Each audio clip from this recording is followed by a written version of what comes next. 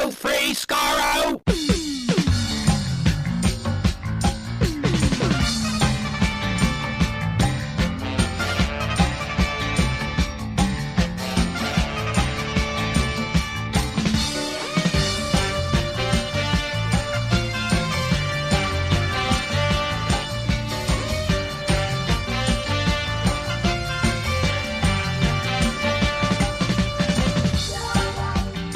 Hello, everyone. Welcome to Radio Free Skaro, episode number 1042. I am Stephen in Edmonton. Morning, Vancouver. And Chris in Edmonton. Happy Doctor Who Day when you're listening to this, November 23rd. An episode actually came out on November 23rd. We're recording the bulk of this on November 22nd. I imagine if anything happened in the morning of November 23rd, you've already heard about it with our now weekly news inserts. To update you on the most up-to-date stuff, because last week, of course, we recorded on Thursday. Yeah. So by the time you've heard this, I've already watched An Unearthly Child at the exact moment for the 33rd time ever. I missed it in 2002. It's the only time I did not do it since 1991 when I saw it for the first time. So, given the show started in 1963, and this is the 63rd. Oh, 62nd. Never mind. Oh, you were thinking that it would be like... I'm thinking of a year ahead. Numerology. Yeah, don't think a year ahead. Where's that ever gotten us? We'll be looking forward to Russell T Davies' finale of Doctor Who at that point. We'll be a month away. Billy Piper as the Doctor. Billy Piper. And only Billy Piper. It's a one-person show. Heaven Sent just retold. No, it's just Billy a black Piper. Box stage. It cost them nothing. That's what they're going to do. Experimental theater. Yeah, they're going to spend all a year and a half writing it. This is, they only got 3 weeks. Billy, here's your stage, here's your box, sit on the box, talk about it for 55 minutes. Do a monologue about being Doctor Who. Yeah. Call her Doctor Who. Yep. And somehow she's been reunited with her ex, Lawrence Fox. Stop it. No, there's no need for that. Stop it. Anyway, so during the insert, because of course we recorded on Thursday, and the BBC said, "Hey, let's wait until they're all done, and then we'll release the broadcast schedule for the War Between the Land and the Sea." So as I briefly updated you last week, 2 episodes on Sunday, December the 7th, 2 more Sunday, December the 14th, and the last one on the 21st.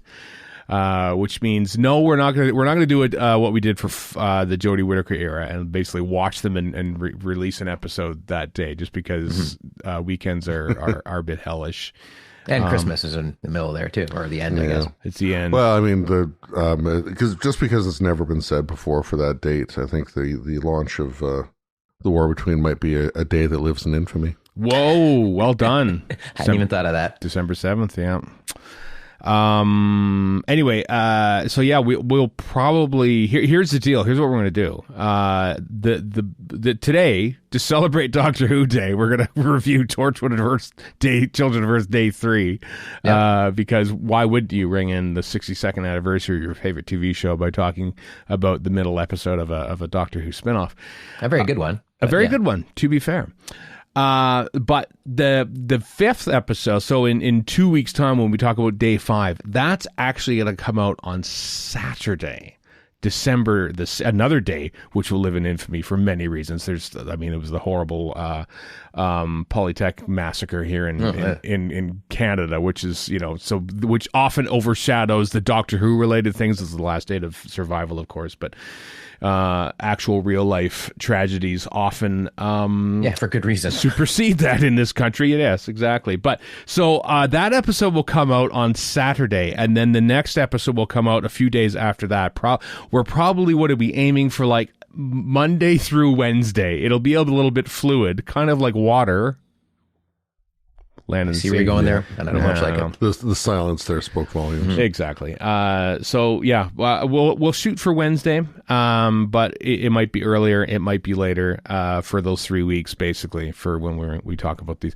And what we'll also do, for those of you who are going to wait, like good, honest North American folk or anyone outside of the UK, if you're going to wait for the thing to come out on Disney Plus. We will like timestamp. There'll be a little thing to say here's where it is. There'll be chapter markers if you want to skip through it. If you worry about such things. So you'll be covered there as well. We won't like be posting plot spoilers as episode titles or put them in the write up or anything like that. So don't worry about being spoiled if you want to wait the months that it's going to be for it to show up in Disney Plus.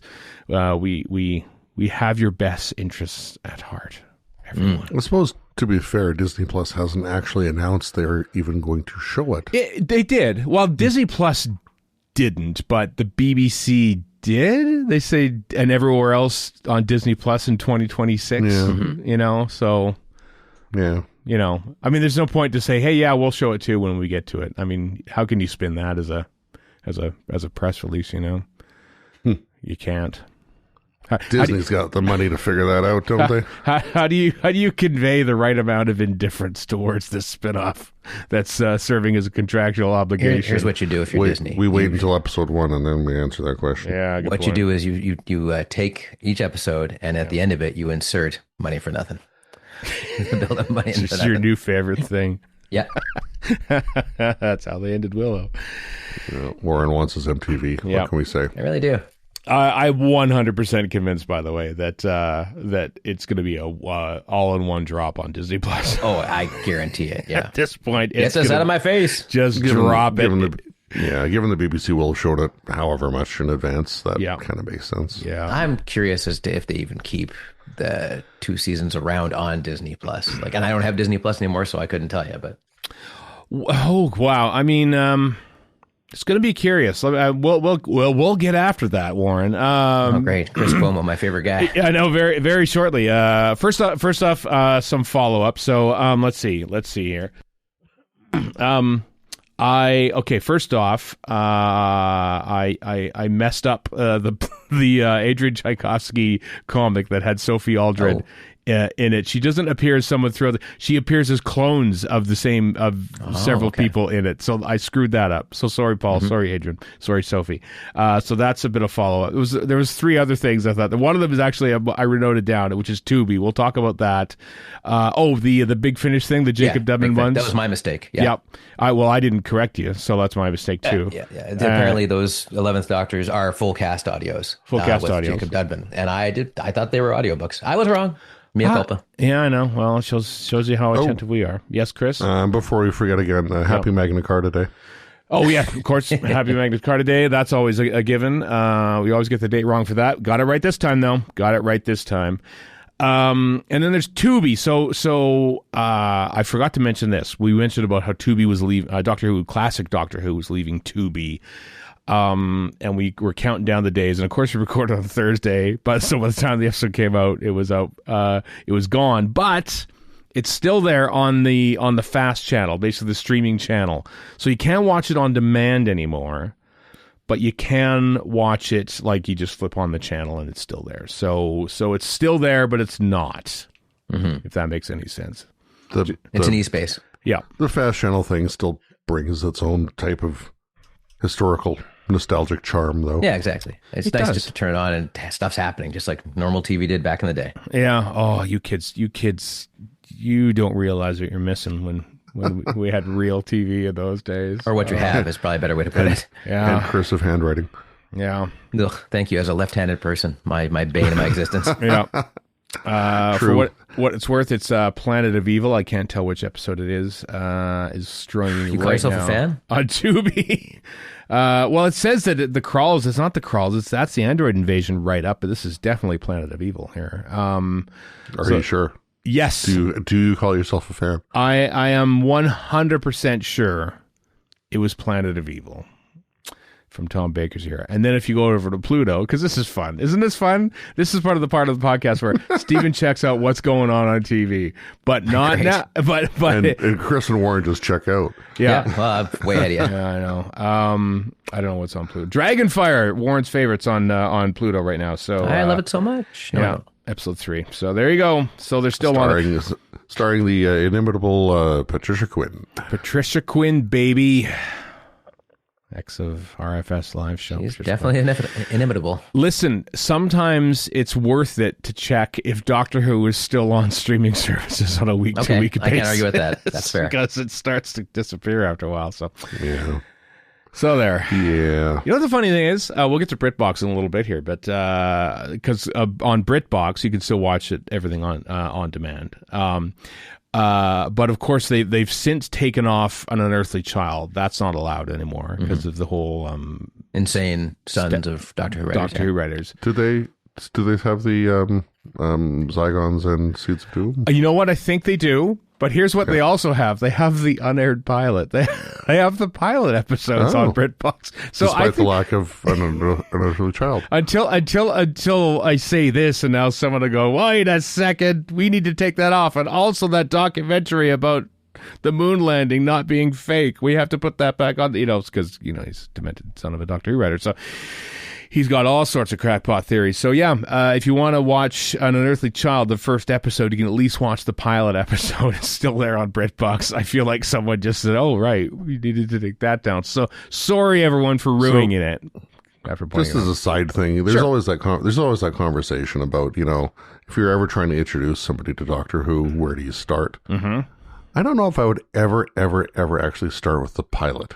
No. I don't think so. No, I think that's the kind of thing that once An Unearthly Child has made its way into the watching, wherever one chooses to slot that, maybe after that do pilot, but not as a very first thing for sure. Yeah, unless you really know that your target audience is going to be one that appreciates like doors slamming against scenery and stuff like that. Like if that's what you think, you know what, this is what people watch TV for. Or doors not closing or closing at all, bang in the background, fluffs, camera bumps into stuff. I mean, it's all it's strange. I mean, okay, fine. TV was, a lot younger then, but it had still been around for 30 years, 25 years, whatever it was. These are professional camera people and all that. Right. I still don't know how the heck all that happened. It's funny. That's what's funny. I don't know if that's a Waris Hussein finger pointing thing or what, but they're cranking it out. That's how it happened. Yeah, you know what? Like it just felt like is this calamitous? I mean, it was. They did stop the take, but maybe we should just keep going and see how we do. For what it's worth, Terror of the Zygons still on BritBox. And I skip through here. Also, Seeds of Doom. So there you go. Okay. So that's on BritBox. You know where else Seeds of Doom is? On the season 13 Blu-ray set. Dang right. Oh, well. Coming out next month. No, next 2 months. Well, January. Yeah, 2 months. Basically 2 months from today. Almost, yeah. Blake 7 is only a few weeks away for us now, isn't it? I'm so excited for that. That's going to be a lot of fun. Yeah. Blu-ray Gambit, baby. Gambit. Yeah, that's what I bought it for. Is Gambit. Staircase in the background, baby. I'm gonna be noticing that. Yep. Staircase. Come on. What about the capricious nonsense in the foreground? You're gonna be watching it for more than one reason. So many reasons to watch Gambit. So many reasons to watch that delightful thing. What else are you going to say? I thought there's going to be something else we were going to talk about. BritBox. BritBox. Well, also I just want to mention, just because it's we're recording this. I'm looking at my watch, 10:18 a.m. Mountain Time on Saturday. And a couple hours now, there's a 24-hour marathon on the Doctor Who YouTube channel. They're just airing episodes, I think, or something like that. So so that's the thing that'll be pretty much wrapped up by the time this episode comes out. But there's supposed to be a new Whoniverse episode, I think, as well. Yes, that's right. This might all you might have already heard us talk about this, because there might be announcements or something, or there might be something for Doctor Who. I posted this on Blue Sky. This just feels like it's like, because we had like new episodes coming, or a Christmas special or something like that, but like this is the first time where a Doctor Who day is like kind of a big nothing burger. We might be proven wrong here, but could be, yeah. But as of November 22nd, it's a bit of a nothing burger. I had to put on my calendar just because it was like, watch An Unearthly Child. Otherwise, I felt like I would have forgotten. So you didn't save the date. I did not save the date. Or you almost didn't save the date. Again, are you really a fan? Are you a fan, Warren? Are you going to watch it at the exact? Okay, but I've never made this claim. You never have. That's true. You're more of a Staircase fan than a Doctor Who fan at this point. Honestly, your loyalties have shifted, man. Can't argue that. Can't argue that. You just need a stupid Tumblr-esque name like Stan Case or something. Yeah, that's a ridiculous name. I would never do Of course that. it is.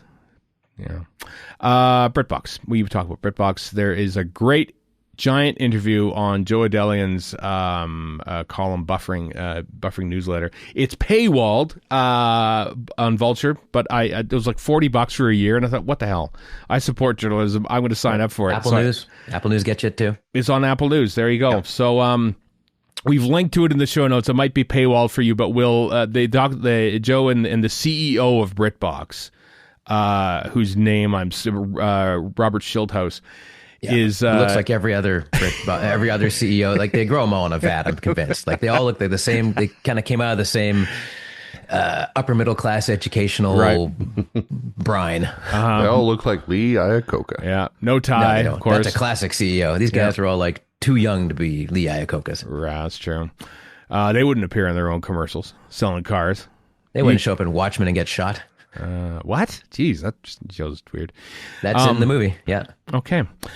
Actually, Lee Iacocca got shot in the movie? Yeah, it's supposed to be Lee Iacocca in this alternate universe, and he gets shot. I won't go into it, but that's a weird thing. Anyway, big interview with BritBox. Mostly talking about hey, look at what people come to BritBox for: costume dramas and cozy murders and all this sort of thing. And then Joe, who I've appeared on a podcast with on the 100th episode of Downstream, by the way, and of course I had a Downstream too as well. So I've heard his words a lot on that podcast. But I did not influence him on this. He likes old TV, but he asked about Doctor Who. So.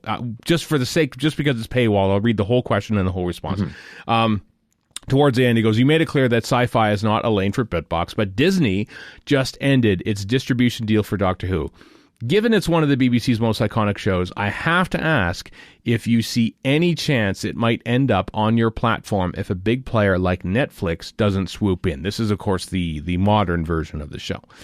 The reply from the CEO: "It's not a conversation that I'm in right now, but we are working with Bad Wolf, which produces Doctor Who, on a program we're super excited about called The Other Bennett Sister." And so he goes on to sales talk about that. He shifts gears to talk about this entirely unrelated show to Doctor Who. And then he goes, "So we're delighted to bring our audience into the Austinverse, which seems to be much more aligned with our content strategy than maybe Doctor Who would appear.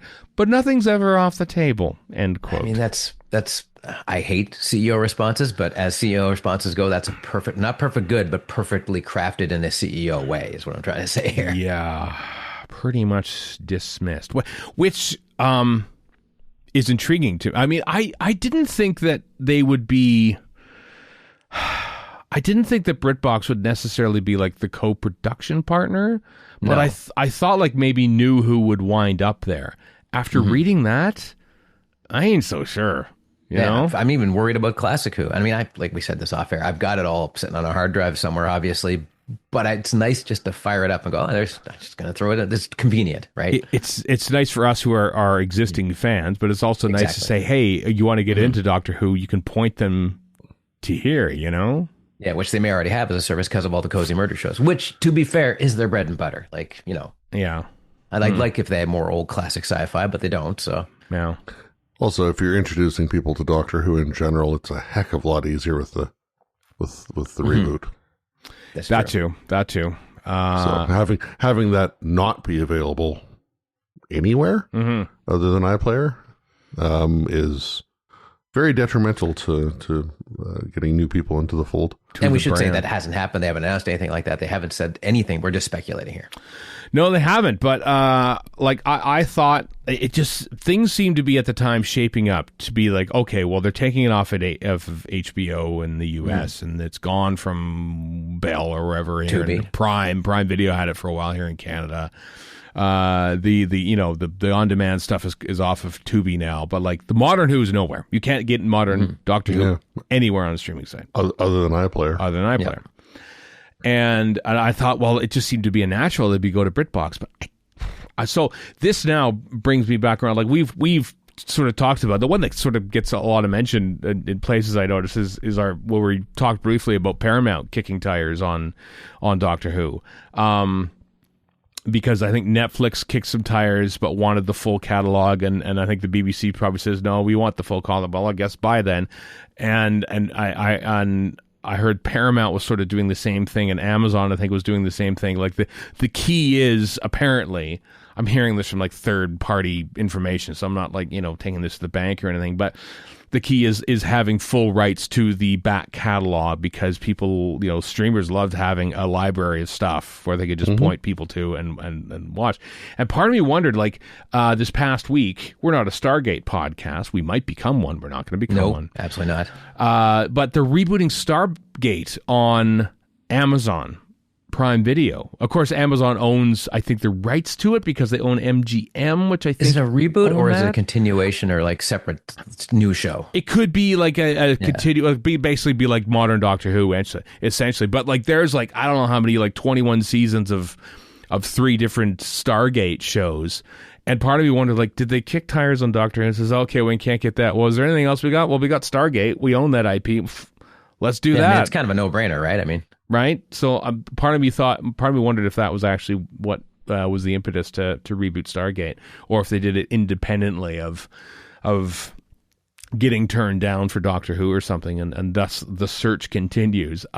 Honestly, the Paramount thing, which I heard from someone, and then it was in that Deadline article about a month ago. I looked, I go, really, Paramount, the one that's like slashing millions and millions of dollars on production costs, and like that's the one that's going to actually buy stuff? Are you sure about that? I don't want the Ellisons anywhere near anything, really. No, I don't like them near Star Trek. No, no. We're running out of good homes for new Doctor Who is what I'm saying. We might be running out of new Doctor Who, let's be honest here. Also true. Which I've also said, and I'd like to see Doctor Who as much as anybody, but this show has been around for 20 years on top of the other 20 odd years. And it's like, that's a record that a lot of shows don't have. It feels, though, happy Doctor Who, by the way. It just like, it feels like in order to make new Doctor Who, you have to acquire the old Doctor Who as well, it seems, and so it's stuck. It's Schrodinger's Doctor Who now. It's in a box somewhere, but it's both dead in the box and dead if you open it. It's not easy to watch modern Doctor Who. Chris, do you have any thoughts on this and future homes of modern Doctor Who, be it new? No, I'm just waiting for the Ellisons to buy Warner so they can reboot Babylon 5. Oh, great. What I'm really looking forward to is them fixing, in quotes, CNN. That'll be great. Which is already getting a little maggot-y for my liking, but it'll be way worse when they own it. So, I have never watched Stargate outside of the original Same film. Here. Right. Yep, me too. I absolutely adore the original film. And that does not age well, I got to tell you. It's got a great score. It does have a great score. It hasn't aged as poorly as some other stuff from even the 90s, but that's true. But that's a well-fought contest there. My dad was a huge SG1 fan, and so I'd catch little bits over at his place or something here and there. But no, I don't know. Richard Dean Anderson. I watched MacGyver. There's no reason I probably, like, if I started watching SG1, I'd probably get into it. I don't know about like Atlantis or what's the other one? Continuum? Yeah, I think so. The bulk of it, like it's like Supernatural. I'll never start Supernatural because there's like 2,000 seasons of it. Same with all this SG stuff. I'm like, I don't have, like Doctor Who's the one time I'll do that, right? And I started only because I've watched both of my whole life. You started that journey 40 years ago. So. Exactly. So like, I can't. I haven't got the time nor the gumption for it. So.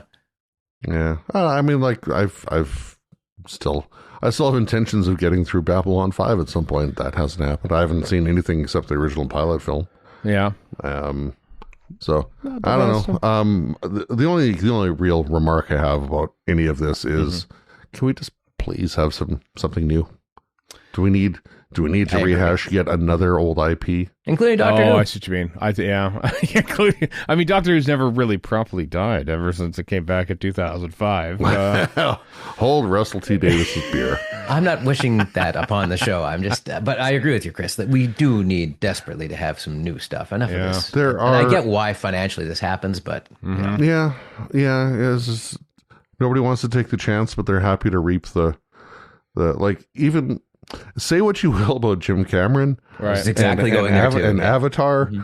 I mean, it is the third movie is coming out in December. Mm-hmm. That's new. It's a part of a franchise, but it's still new. There are stories to be told that don't fall under other umbrellas. It's its own thing. Like that's why I bought the ticket for it because I find the behind the scenes of it and the sort of work that gets put into it more interesting than the actual movie itself. But this is like you said, this is the one person so far who, and then there's probably smaller, cheaper examples of this too, doing their own little thing. Not little, it's huge, but their own thing that isn't based on something somebody already owns. Like, so just for that alone, I'll go see it.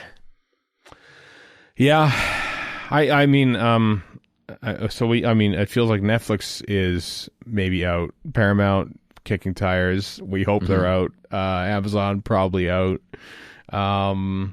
Netflix is thinking about buying Warner. I know, right? Not all that much. It's kind of like show they're interested kind of a thing. But I'm the only person on the planet apart from Erica who apparently didn't like Pluribus, but I haven't seen it. Yeah, everyone is going gaga about it. Like Apple seems to be like the home for like smart sci-fi stuff. It's like, the new HBO. That's what it is. It's yeah. Can maybe they acquire Doctor Who, do a GoPro on it or something like that? If only just to have a place for it, so we could say, yeah, it's on Apple TV. You could please watch it there if you don't mind. Because now the question is because Apple doesn't have, or they don't say, but I would guess that they don't have, other than like big shows. Like I think Severance got huge numbers. I think Ted Lasso legit got huge numbers. A lot of stuff doesn't get huge numbers from what I can tell.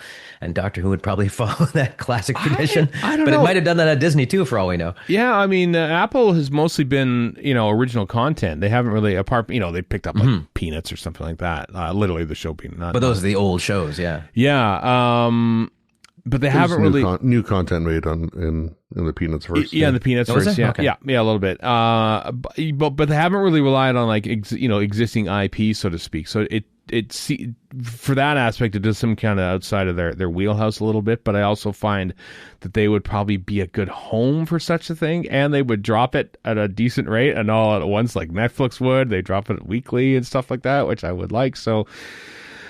This is more wish casting than anything, but I do feel like as far as intelligent sci-fi goes, like Invasion, I enjoy. Yeah, haven't watched it. I don't think it's as popular as some other stuff.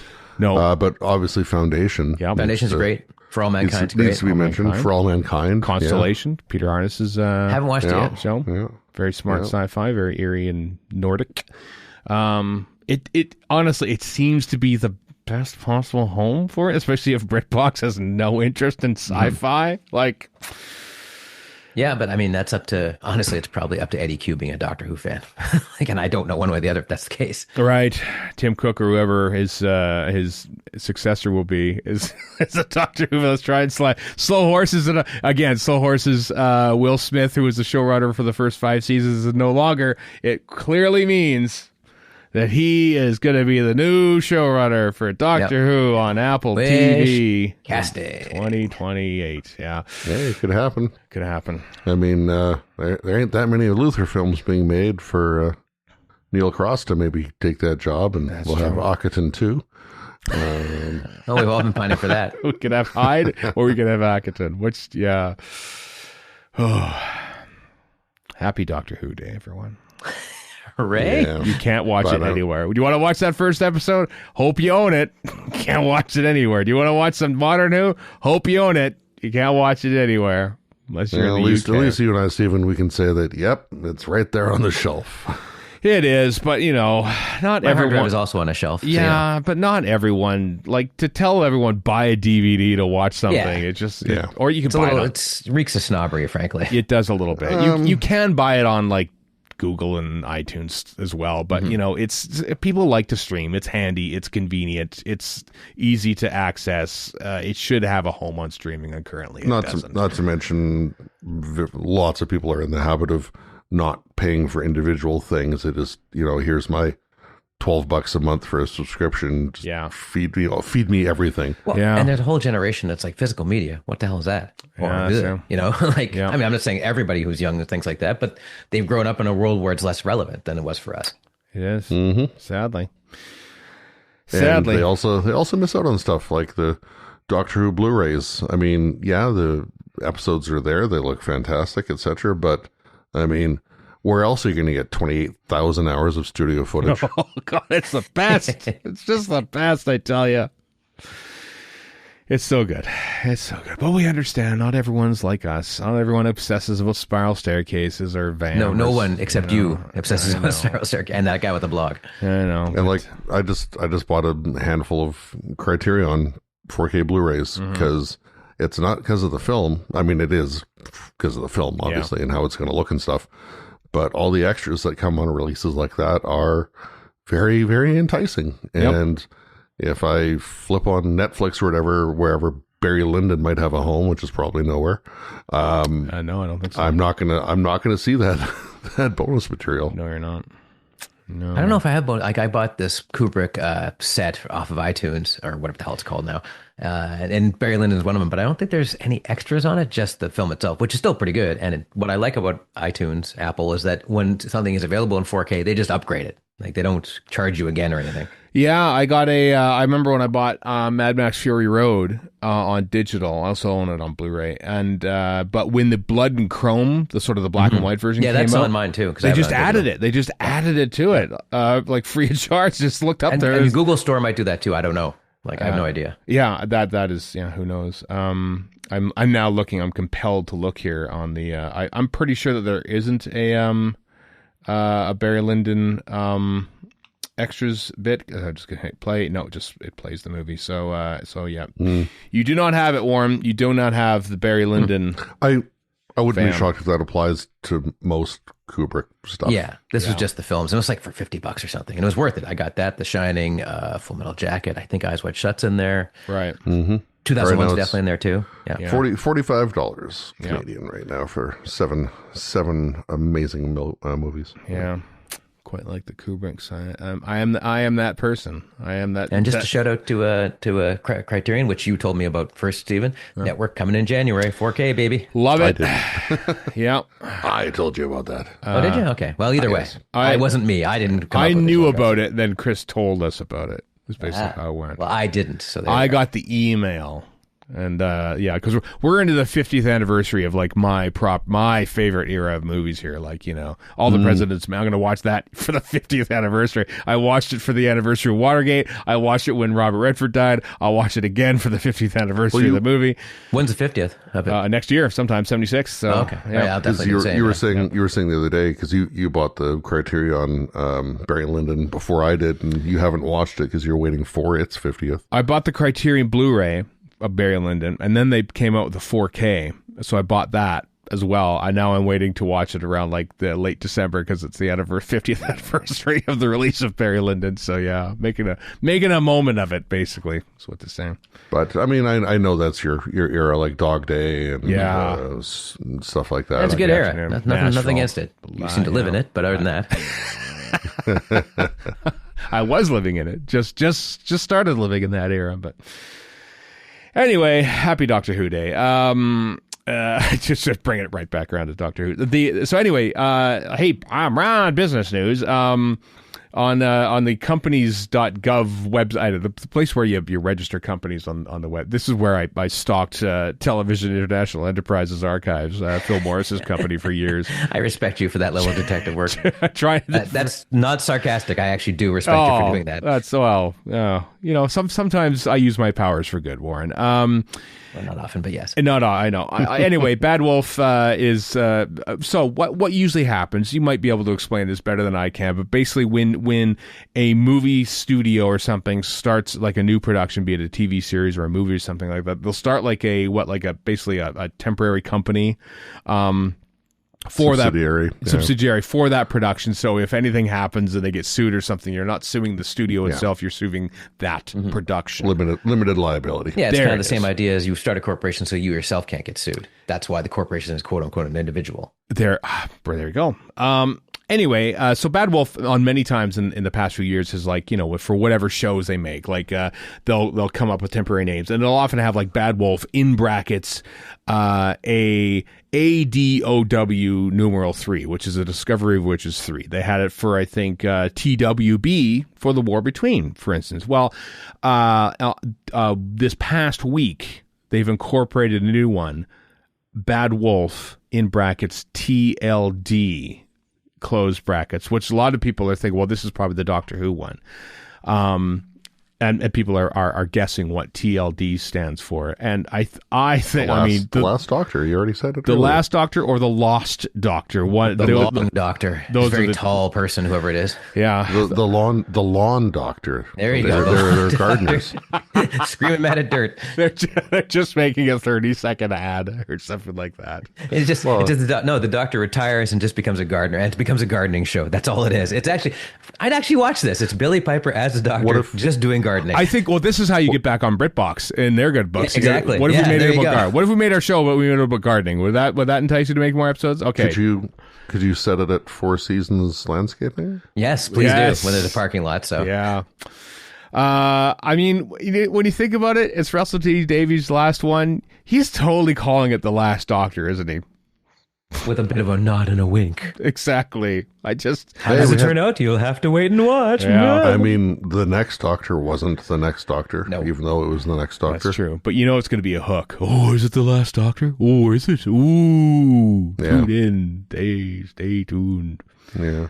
Just looking the documentation for this, like I see Jane Tranter being listed as one of the company directors, and the only other company director is Mary Bridget Furlong, who I don't know that person. She is one of the financial people. I did Google her to see who she was and to say find detective work. Yeah, for Bad Wolf. So that's what her gig is. Gotcha. Yeah, so it's something nothing creative such, but just financial. That's who that person is.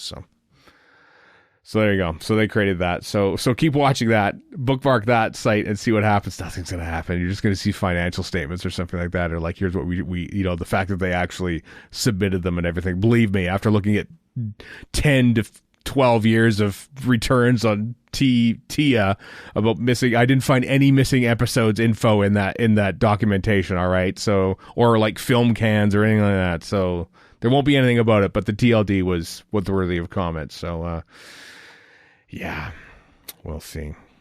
Here's an interesting thing. You thought cable TV was dead, eh? Well, let me tell you this. Sales of British shows, Deadline reported this, sales of British shows to American buyers soared above $1 billion for the first time in 2024. 2/3 of that were not streamers. So like, cable companies and everything buying up Doctor Who stuff. What I loved about this is that there's a nice little backhanded slap to Doctor Who. It says, packed the UK producer trade body, highlighted the likes of PBS masterpieces, All Creatures Great and Small, and Ludwig, which sold to BritBox as success stories, along with Doctor Who. Good. But although the latter has just been ditched by Disney after only 2 seasons. Oh, well, thanks for that. Thanks for kicking us while we're down, though. So, yeah, interesting. So a lot of British talks more about Doctor Who in the next paragraph as well. Yeah. That's true.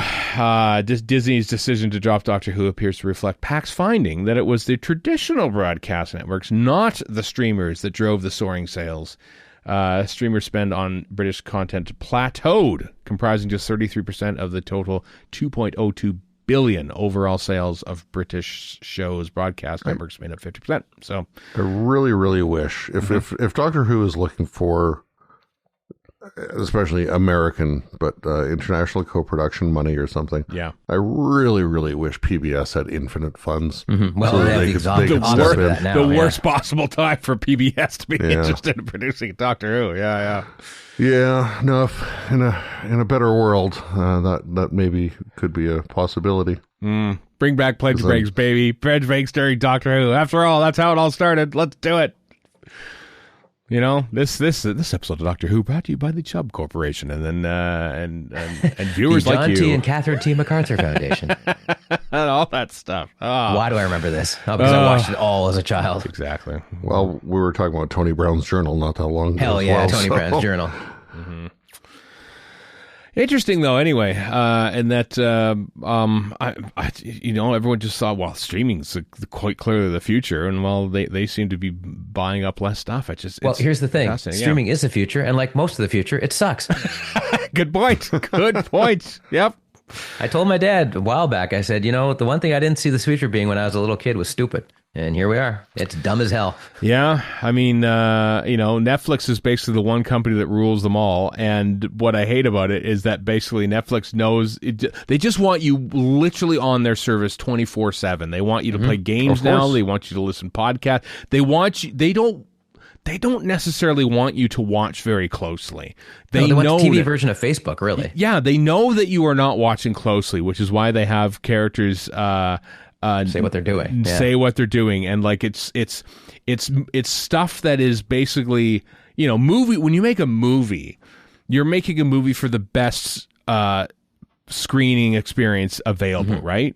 Whereas Netflix shows, you're basically making it for the worst screening experience. Because they have to think, well, how is this going to look on a phone? And that's kind of how they compose their shots. They're not complicated shots. The lighting is flat. Everything just looks off about it, but it looks probably great when you're watching on your phone on a bus or something like that. But and the way the dialogue and all that, and like you can listen to it and not pay attention to it. It's kind of like, this is a bit of a stretch, but when you're in a video game and the character goes, your NPC next to you goes, oh, you should probably go over there. It's kind of irritating, but it serves a purpose. But now they want to do that on a show. I know. No, thank you. Like we lamented earlier on the lack of new sci-fi properties and whatever, but when you look at what people are watching, and it's all Friends and Grey's Anatomy and stuff, like you can really understand why we're getting Avengers 5 coming out, and by the way, whatever else. Apparently there's a trailer coming out in front of Avatar, so I'll let you know if that rekindles my interest, but so far I'll go see it, but whatever. It's a lot of people in one movie, I tell you. That's a lot of things. A lot of people I care a lot less about than the previous people in one movie. That too, yeah. Ain't gonna be no Captain America there, at least no Chris Evans one, let me tell you that. Well, there's a bunch of idiotic AI video rumors floating around about him coming back, but who cares? Like, there'll be nothing but madness all year until it actually shows up. There's a whole industry of garbage. Is it Christmas? Christmas next year is when it shows up, or is it May? I believe so, yes. I don't remember anymore. Was it Christmas or was it May? I thought it was May. No, I think they delayed it to Christmas. Oh. Well, keep talking and I'll find out. Warren will look it up. Warren will look it up. He never does that, Chris. That's your job usually. But I know. Keep talking. Keep filibuster while Warren looks it up. Job. Yeah. But just to go back to this Deadline article briefly, like I do like the way it ends. So the PACT CEO being quoted as saying the report shows that yet again, despite the global economic challenges, British TV content continues to be attractive to international audiences. So, yay. Go British TV content. Hear, hear. Unless you're Release date, December 18th, 2026. Happy 56th birthday me, I guess? Ish. My birthday is December 15th, so. Yeah.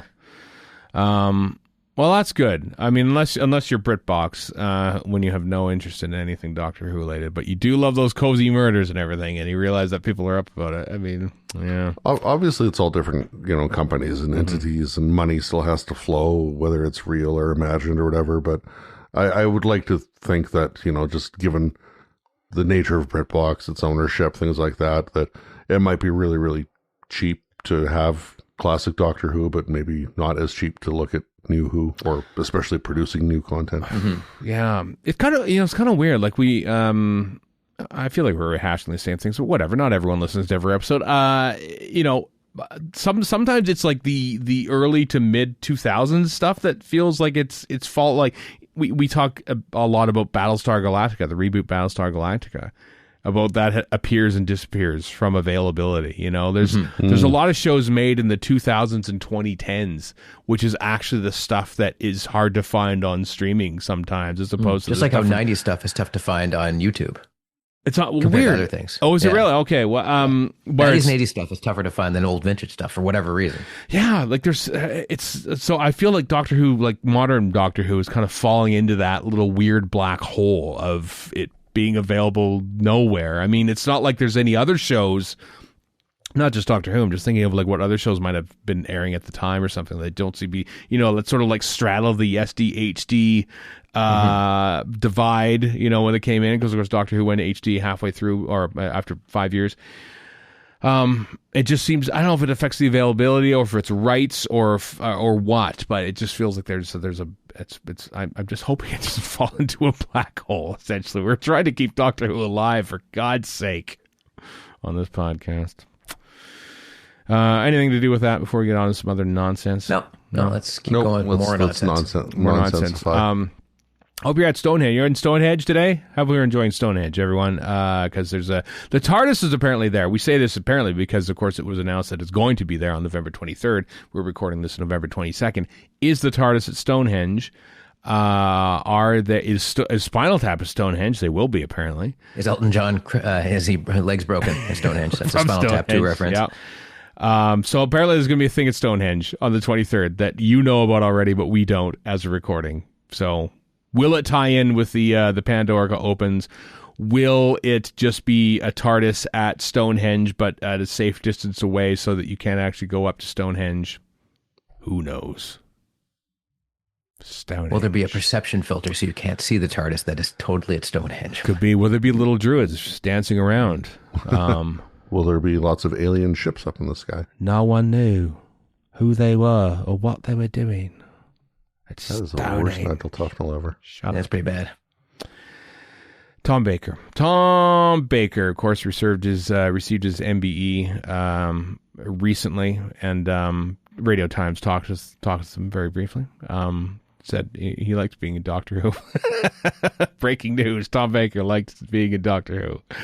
So anyway, there's no new photos from the event other than the couple that I think we shared last week with Tom Baker at the event. But so nice little bits of Tom Baker. Chris, you sent one in our little chat today of Tom Baker enjoying a bag of jelly babies. Hell yeah. Yeah. Tom Baker, man. I'm assuming it was from the MBE ceremony or somewhere around there. But yes, because he had his suit on, his pin. He had his pin on, his MBE pin, the thing that he gets. I just love the pull quote from this article. It never ceases to amaze me how fondly people remember me 34 years after my last adventure in the TARDIS. Yeah, so humble. And 44 years. So, but he's also done a ton of audio. Like he's done the most Big Finish audio, I think. Right? He's done a lot. I don't know about the most, but we're not, as we've proven, we're not the true. Yeah, end all be all of Big Finish knowledge. But yeah, it's 44 years. I don't know who told him 34, but it's 44 years. It's that old now. So lovely Tom Baker. Rachel Talalay's YouTube channel, by the way, how I filmed this Rachel Talalay is it's basically VAM. It's great, by the way. She was a lot more prolific about 4 years ago, but she sort of sprung up again in recent weeks. And the one that she put out this past week is called My Trip on 4 TARDISes, Part 1. A bit of a Q&A and just like insights into shooting on the TARDIS sets and all sorts of things. It is really, really interesting. I had no idea, by the way, that Mark Gatiss brought in John Pertwee's original jacket, and it's hanging there in Peter Capaldi's TARDIS I had no idea. Twice Upon a Time. Yeah, that's pretty cool. But Chris, what from this did you watch and glean? One of the things that stands out is when two things about the same topic. One was how when she shot Star Beast at the end, it was her idea to have David Tennant running around all the ramps, but also that the TARDIS set, the console at any rate, wasn't actually finished, and so they had to work around that. And then there was a later question about somebody asking about her directing in the Shutigatwa TARDIS set, and I'm like, but she did Star Beast, and I don't know how much revamping got done between the 60th anniversary specials and Gatwa's appearance, but maybe there was some.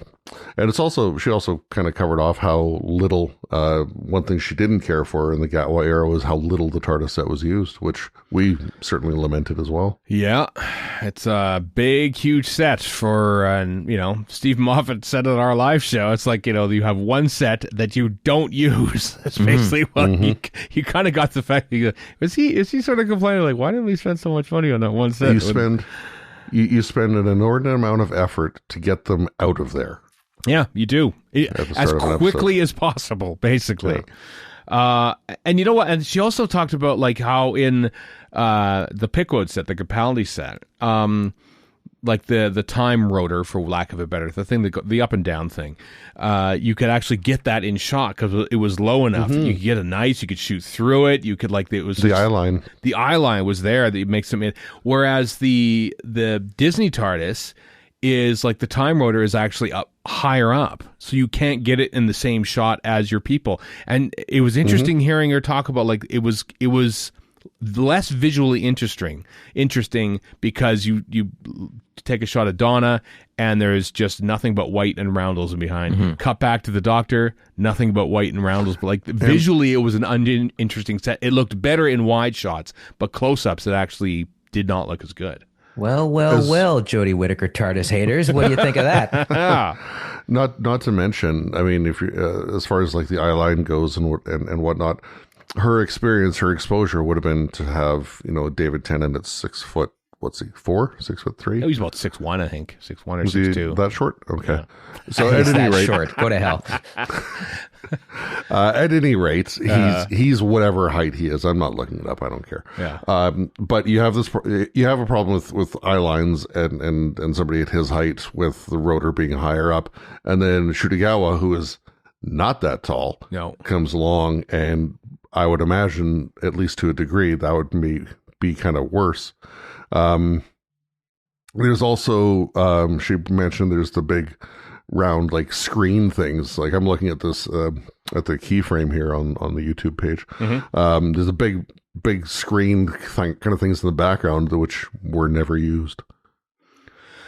Because they used it in future epipisodes, but they certainly didn't not use hers, it for not hers or any of the Tennant specials. I think they only fired it up in like I don't know whether the early because the Mundy Flynn thing that was projected up. That there, was right? certainly on there, and I want to say that he looked something up about Ruby on there too in one of the episodes, which I've only seen twice. Yes. Yeah. When Ruby got mad about being scanned, or was it Belinda? Belinda. I think it was Belinda, but I can't remember. That's how much I remember the 2 seasons we just watched. Actually, I think it was Belinda because that was part of the whole Mundy Flynn thing. Yeah. So they used it, but it was only ever intended to be a blue screen. But whatever. I mean, the 70s and 80s TARDIS was just a blue screen behind 2 shutters too anyway, so it's not like... or CRT. Except when the shutters were also blue screen. CRT. Yeah. Next TARDIS needs a CRT, baby. Yeah, well, they kind of already had one. I mean, in the on the little swinging monitors in the Pickwood sets that I had them on. I was, just to give away future as a camp, I was watching Contact a couple nights ago, and I loved the movie to begin with, but man, oh man, there's a lot of good CRT content, a lot of IBMs kicking around, and a lot of, bad at the time, current graphics. Huge monitors and stuff like that. Anyway, the whole video is definitely worth a watch. Links in the show notes, and there's other stuff on there. She talks about like making other Doctor Who stuff, but also some of the horror movies that she's made as well. So really, really great channel, really great insight into directing, and Talalay is such a fan of making in-camera stuff. Like there's a lot of visual tricks that she's done. We've sung her praises over the years a lot, but there's just like. She skirts the we'll fix it in post aspect and says, how can we do this both artistically and also creatively, but also logistically cheaper, by doing it in camera. Yeah. She talks about the end of the Star Beast when the console blows up. Yeah. And how, she wanted to do it all in camera, but of course they're not gonna let her blow up this brand new set piece. Yeah. So they have, and so she was talking about how Danny Hargreaves did his bit, and they had the CG enhancement of flames and whatever. But she's super old school, but not stuck in the past. Yeah. Absolutely. Nothing wrong with some old school and adapting new stuff too. That's like Fury Road's a perfect example of that. There's all people like, there's no CG. There's tons of CG. It's just deployed properly. Yep. There's people still using camera tricks from probably the 1930s. Oh yeah, Texas switches, all that stuff. If it works, why would you do anything else? Like exactly. If it ain't broke, don't fix it. There is another bit of follow up. The on Blue Sky, I don't have it to hand, or do I have it to hand? Yes, I do have it to hand. Remember last week we talked about that. There's that prop hunt website that talked about the spiral staircase. Anyway, I forgot. I zoned out. Doctor Who Prop Hunt is the Blue Sky account. It says somebody pointed out that we talked about it, and so there was a follow up post that I completely missed about it that had more examples of the staircase in other TV shows and other Doctor Who. Not all the Doctor Who though. Even though Paul Arthur's behind it, Paul said that it's not intended to sort of be. He missed a couple at least, but he wasn't as worried about it as I was. For a second there, I thought you were going to second staircase on the grassy knoll. No, but there are multiple staircases now. But I'm not gonna. I'm trying, Warren. I'm trying to steer away from boring you all with that staircase stuff. You're not trying at all. I am a little bit. I'm a little bit tired of it. Don't worry. I'll still focus on it in my own private way. I wasn't worried. Concerned, yes. Worried, no. Be concerned. Anyway, what I should do when I'm researching such things like this is be like John Green and Gav Rymel of Dalek 6388, of course, who are behind the Terry Nation Army Dalek videos. They after quite a while away, they've posted another one about a Dalek prop that was used on screen and then passed around to various charities throughout the 1960s. And the meticulous research on these is tremendous. To follow, like they said, oh, here's how the prop, and then it was, so this was added to it, and like it's so great. It's such a great. I love watching their documentaries. I have watched them several times because I adore them. So I'll be watching this one again too. It doesn't quite relate to stuff on screen. It's more like charity appearances and stuff like that for Daleks, but it's some great archaeology and research that went into it. Because they did proper research and not just sort of, hey, that's the same staircase. Let's look at everything. I was gonna say you need to team up with them if they want to dive into that pool of madness. I should just say, listen, you're better at researching things than I am. Here's the idea, the staircase, and then get out. Off you go. See you in 2 years when you chronicle every single British television and film appearance of the staircase from beginning to end. That's what I want. Incredible. Links in the show notes. Really stupid. Yeah, thank you. Some audio stuff. The next vinyl release for Doctor Who is coming February 16th. It's the missing episodes version of The Wheel in Space, baby. Neato. Yeah, gorgeous art. Oh, the artwork, of course, is great. The steel blue vinyl discs are great. I love the Cybermats on the back cover. Oh, they are too. Look at that. Yeah, Cyberman's on the back. The Cyberman on the front. The little servo robot there. Yeah. The vinyl releases. It looks beautiful. Yeah. Michael Stevens we had on a few weeks ago. We talked about a little bit about how just gorgeous they are. So Bernalium blue is what the official color of the discs are. So all 6 episodes, the audio of which are on one per side basically. So. Yeah, coming out February 16th. So if you're one of those vinyl collectors, pre-order now. Damn it, because they're great. And a couple big finished things before we get the hell out of here and talk about some happy-go-lucky Torchwood here on this 62nd anniversary of Doctor Who.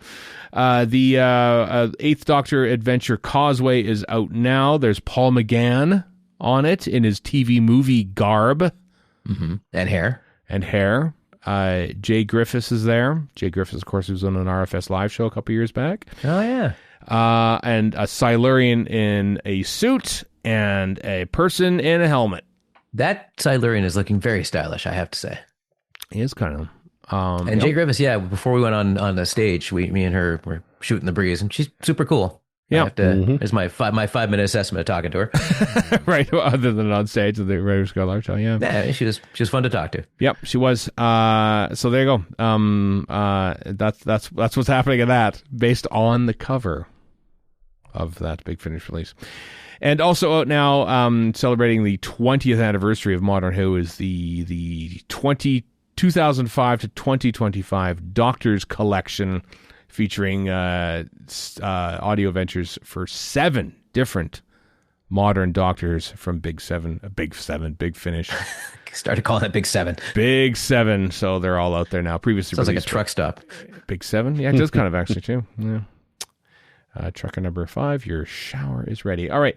Anything else? Is that it? It's Doctor Who Day. So you got anything else? Anything else to talk about before we talk about Torchwood? Happy Doctor Who Day. I apologize for our morose swamp of regret and in the middle 8 there. Yeah. But what can you do? Chris, any last words? Any last thoughts? I haven't made any plans for Doctor Who Day, but maybe I will now. Oh, okay. Yeah, I'll watch something classic. Maybe I'll watch Deadly Assassin or something. Yeah. We're up to the Moffat 2-parter and the Eccleston Blu-ray watching, so that might be a good way to spend an hour and a half. There you go. Well, I hope you found fun ways, or will find fun ways, to celebrate Doctor Who Day yourself. Why not spend it now listening to us talk about Day 3 of Torchwood, Children of Earth.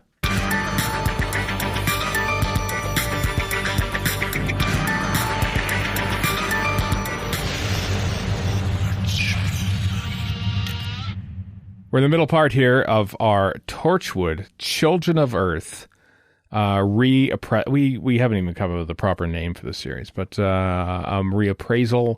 The children are all grown up 16 years ago, and we're watching it again. Every episode, each though, one at a time, and doing a podcast about them one at a time, which is not what we did back in 2009, because they aired 5 nights in a row. Didn't give us much choice, yeah. Yeah, I know. The original streaming, you might say. I mean, in a way, that was the original binge drop, was just dropping all these episodes more or less all at once back in 2000. And on TV too. It wasn't just, something we got earlier or anything like that. Actual TV, yeah. It's fascinating to looking, just not that we're going to talk about stats, but just like it's 2009. And the overnights for this back in 2009, remember, it aired at 9 o'clock on a Wednesday night. It was 5.9 million, and then the final figure was 6.4, because you added your overnights and you added your repeats, and that's how you got your number. There was no such thing as iPlayer in those days or stuff like that. So I wonder if that was all a scheme to get those numbers up. I don't know. There was a show, what was a Criminal Something? There was another show that aired around the same time that sort of hit it big and did well. British show or an American import? It was a British show.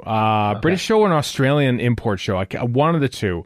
And so they it wasn't did Criminal Minds is what I'm asking. No, I know. I saw it was a C. I can't remember what it was, but I think they aired it like 5 nights a week for 1 week, and it was like the talk of the town. And so, let's try it again. So I would like to know when that happened when it comes to this. Here's the thing. I am not diving too deeply into these episodes yet, because I don't want to be quote unquote spoiled for them, because as we're watching these episodes, I am rediscovering things that I had forgotten about in the original time, that like plot developments and stuff like that.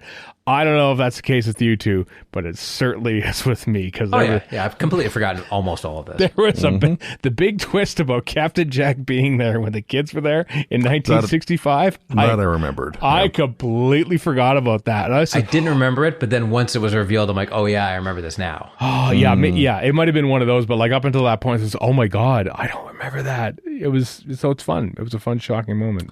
Just as a side note, iPlayer launched Christmas Day 2007. 2007. So there very much was an iPlayer. They didn't have, I very much remember, I was in England at the time. Yeah. I very much remember that it did not have live TV, just catch up. So. Oh, okay. Kind of like Hulu. Was it an app? Was it a red button thing? Was it a...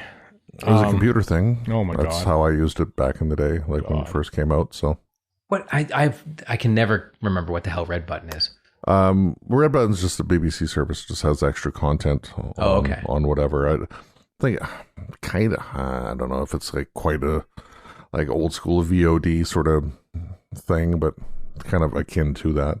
But definitely Bring back different video from my text. player. Damn it. I want video text. Yeah. CFAX. Yeah, there we go. That's the name of it. Over there, yeah. Anyway, we're here talking about day 3 of Torchwood, Children of Earth, directed by Lynn, co-written, I should say, by Russell T. Davies, and James Moran enters the chat for his one and only Torchwood, Children of Earth episode, which becomes apparent, or rather noteworthy, as the controversy towards the series occurs. Did he write other Torchwoods? Oh, yes. Yeah. He wrote a couple, right? At least two. Two. And of course, he wrote Fires of Pompeii for the main show, Doctor Who. Yeah. So, and he's written some Big Finish stuff too. So yeah, and he's overall nice and funny gentleman as well. He is quite amusing. Yes. Yeah. So yeah, this one. Basically, the plot as it stands is here come the aliens. And they're also trying to finish off Captain Jack and his and taking his daughter and his grandson prisoner. Lois Habiba is sort of finally coerced or convinced into helping them by wearing crazy contact lenses and stuff. I like how Gwen. When Gwen's trying to get Lois to wear the contact lenses, she says, "You're the only friend we've got left." Yeah, I think "friend's" a strong word. Asset, maybe. Yeah, too. I mean, she's in desperate times. Anybody's a friend at that point. Yep. The 456 arrive though via a big giant stream of light about halfway through the episode, and then the Peter Capaldi show takes. Oh, absolutely. Yes.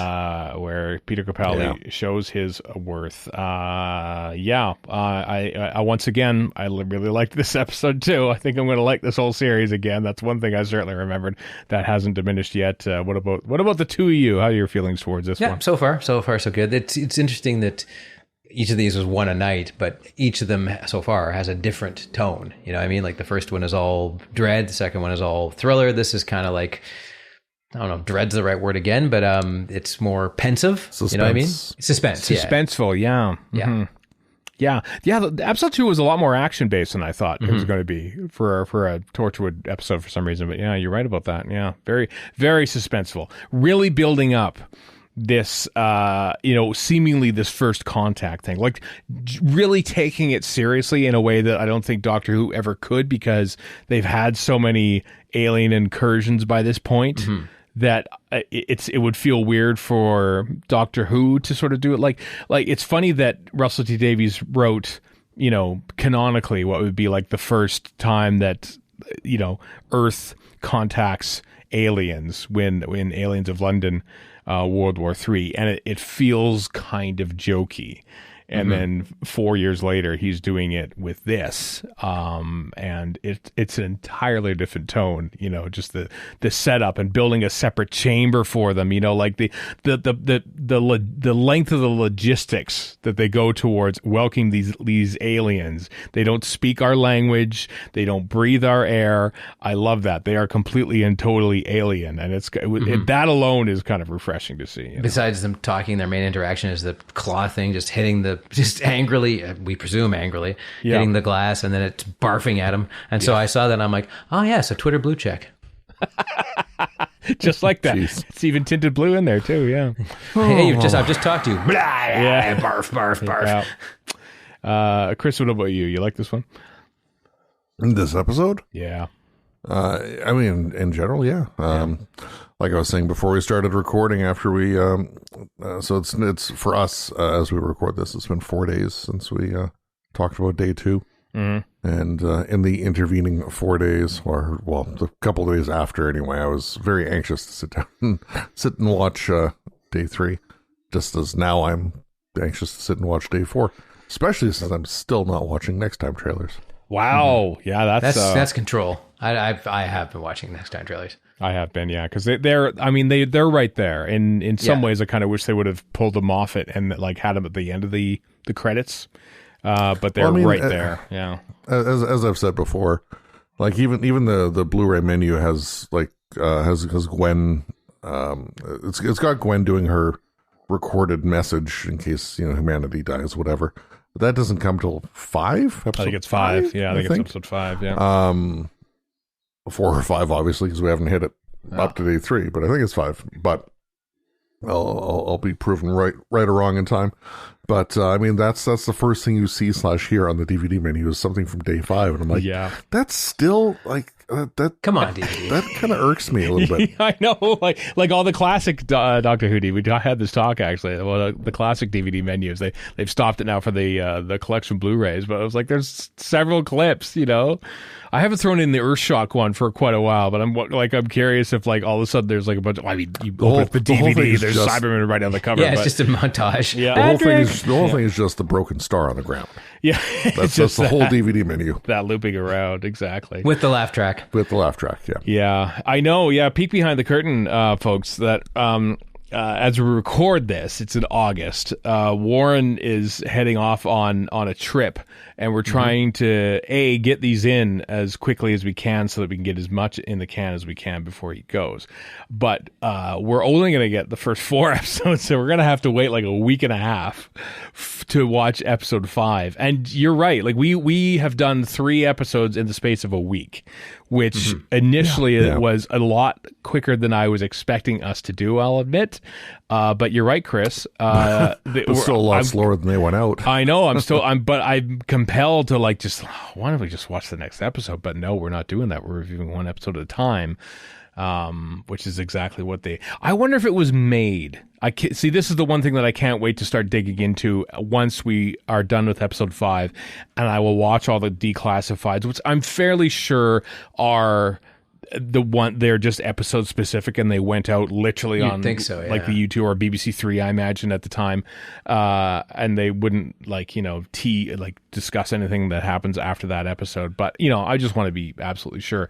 But we'll do a full deep dive and like research and behind the scenes stuff once we've talked about episode 5. So that'll be even probably the bigger episode that we do of the next 3 here. So. But I am just I mean, I read out stats earlier, but like, this finished 14th most watched program of the week. It aired at 9 o'clock on a Wednesday night. Like, it's post Watershed. It's a Doctor Who related thing, but the Doctor gets a first mention of the Doctor in this particular episode. But apart from that, like, it is not Doctor Who, and it still gets these numbers, and that alone tells you about the different age that they lived in back in 2009. Exactly. That something like this is going to get 6 million. Well, on top of that, if you look at anything now, like, let's look at the most recent series of Doctor Who, where it gets whatever it gets for the overnights, right? And then the final number is 60% higher in a lot of cases. This was not even 10% higher. 500,000 I'm assuming is, at least to a degree, means people are sitting and watching it at the time and not time shifting it, even though they had the option. Yeah, I know. It's a different world, everyone. It seems like it's just yesterday, but it is a different entertainment world. I mentioned Peter. I just want to talk about him right now, Peter Capaldi. Back in 2013, when he was sort of like becoming the favorite to become the next Doctor that they were going to announce live on August 4th, 2013. So much so that we could only record our RFS episode about the next Doctor on the Friday before that, and decided to go full bore and assume that Peter Capaldi was going to be the Doctor, and he was. But it's literally this performance in these next 3 episodes, which got me so excited about Peter Capaldi being the 12th Doctor.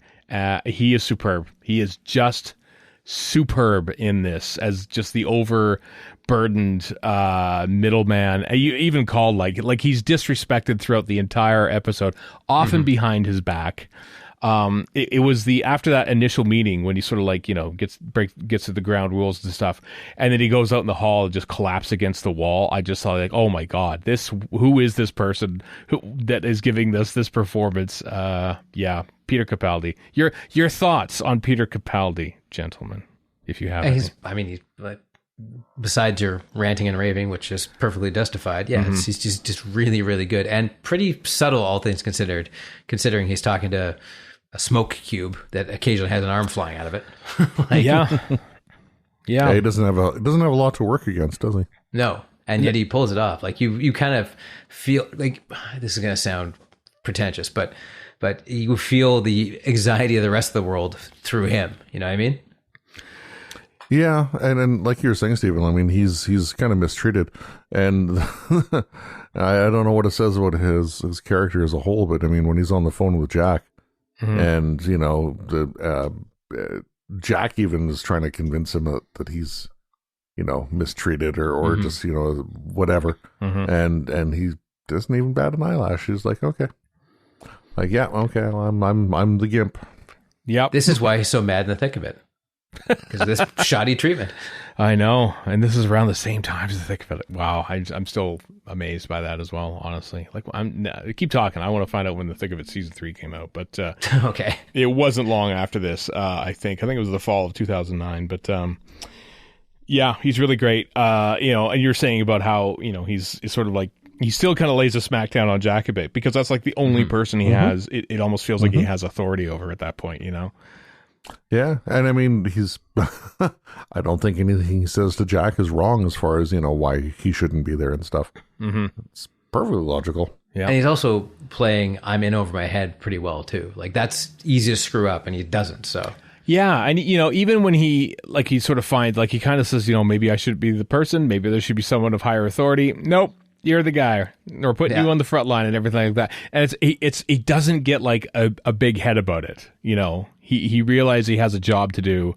But and you could tell how officious he is in that he's and send greetings from the provinces and territories of Canada, the Republic of Iraq, the Republic. He basically reads all through them, and the third time through he goes, maybe we could just take it as read that those we don't have to keep doing this, but he still does it though. He still does it because he sticks to the order of negotiations and everything. There's a protocol that he adheres to. Maybe I can bore this thing to death. Yeah. Very C-3PO in that manner. Very, very, very anal retentive. Yeah. Telling you the odds, never telling you the odds, et cetera, to 1. Yeah, just an entirely different performance from Malcolm Tucker, which he would return to in... And the Doctor. And the Doctor, of course. October of 2009 is when season 3 of The Thick of It premiered. So not long after this, in the grand scheme of things. And, of course, he was Doctor Who 4 or 5 years after this as well. So, yeah... Quite a run. Also, Colin McFarlane was in this as the American general.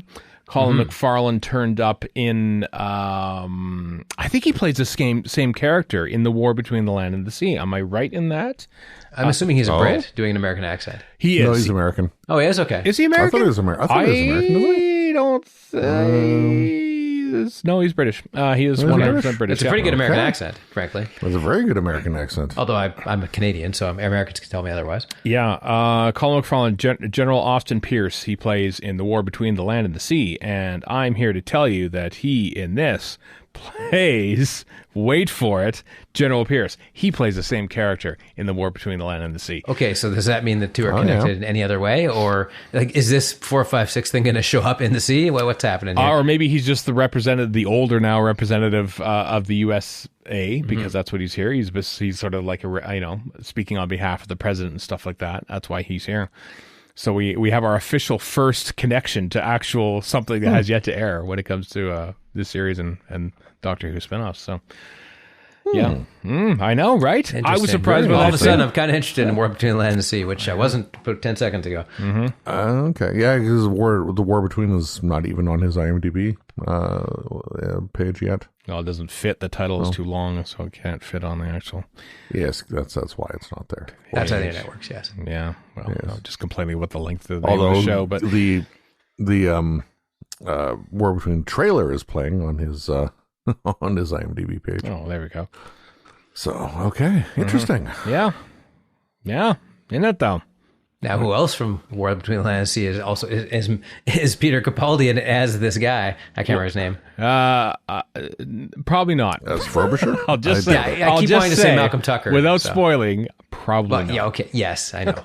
Well, I actually don't know. I've forgotten, but yes, I can guess. Oh, right. He was in Under Lake Before the Flood as well. He was. Yes, he was. So he was in back that in too. Doctor Who after that. Yeah, he died fairly early in that episode. And I thought, wow, this guy's a pretty notable. I think he was basically a black-eyed void person there for the remainder of the two episodes. So, yeah, Colin McFarlane been in a lot of stuff. So, yeah. So there, Peter Capaldi, excellent. Nicholas Farrell is the oily prime minister basically doing his absolute best to absolve any responsibility or blame for anything that's going on. It's like if you thought Saxon was bad, and he was, then...